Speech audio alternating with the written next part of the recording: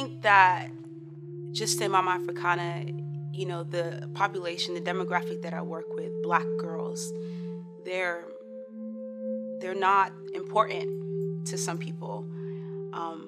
But that's offensive because I was a Black girl and I remember how it feels to be unseen and unknown and unimportant.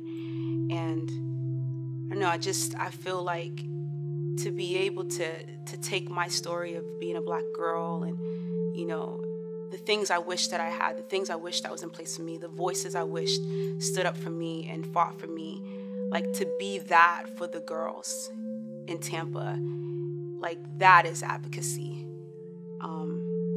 Advocacy in MA is not only for Black girls, but it's for Black women too, and providing space for them to give, to sacrifice, to live for Jesus, and to really walk out what that looks like by serving Black girls and mentoring them. It is about empowering. That's how I see it. Like, I think Black people in general, we need to be empowered to go and to do things that's gonna help build up our community for God's kingdom so that we're stronger when we're with everybody else. I was just a student, a struggling student at HCC, and I was also a student leader with InterVarsity Christian Fellowship, and I loved doing campus ministry. I loved working with college students. Like, I really enjoyed that, especially Black students. As I was doing that, I didn't know, but the Lord was drawing me to another demographic. And I saw how it was linked. I saw how it was connected, because I saw the ways that I was resilient. And I'm like, man, I really want the youth in the neighborhood that I'm in to be that too, to see where I am and where I've come from and the background that I have, and to see that I'm at this place now. I'm serving Jesus. I'm giving my all. And I'm like, I want this for you, because a lot of them, they don't have people to look up to that are strong leaders, or that are loving Jesus and like really going after him. And I had women in my life too that were my peers that I was like, can we do this together?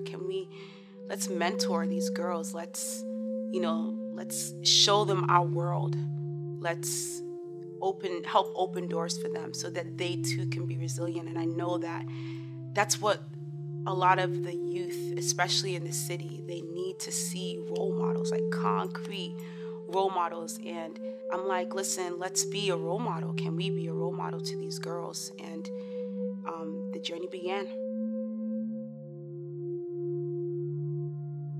I don't think that advocacy is something that's done for like a whole group of people, It's not that overwhelming. It's not that complicated. I think that you can be an advocate even one-on-one with people. Speaking up for somebody that doesn't have a voice, speaking up for somebody to whisper in that person's ear and tell them, you can do it. You can do this. That's advocacy. Advocacy is prayer. It is your relationship with Jesus and you interceding for somebody, going on their behalf and praying for them, for whatever it is that they need. Advocacy is not easy. Because sometimes you want to give up. Sometimes you're just like, I'm done, and you want to focus on yourself, and you want to focus on the things that you need, a voice in, and the ways that you want to, be heard and seen and known. But I think that it's about shaking those, temptations off and just like really giving it and transferring it to people that need it the most. To be an advocate is to stand up for people that don't have a voice, don't have position, don't have a place to speak up. It is fighting for them as if you're fighting for yourself.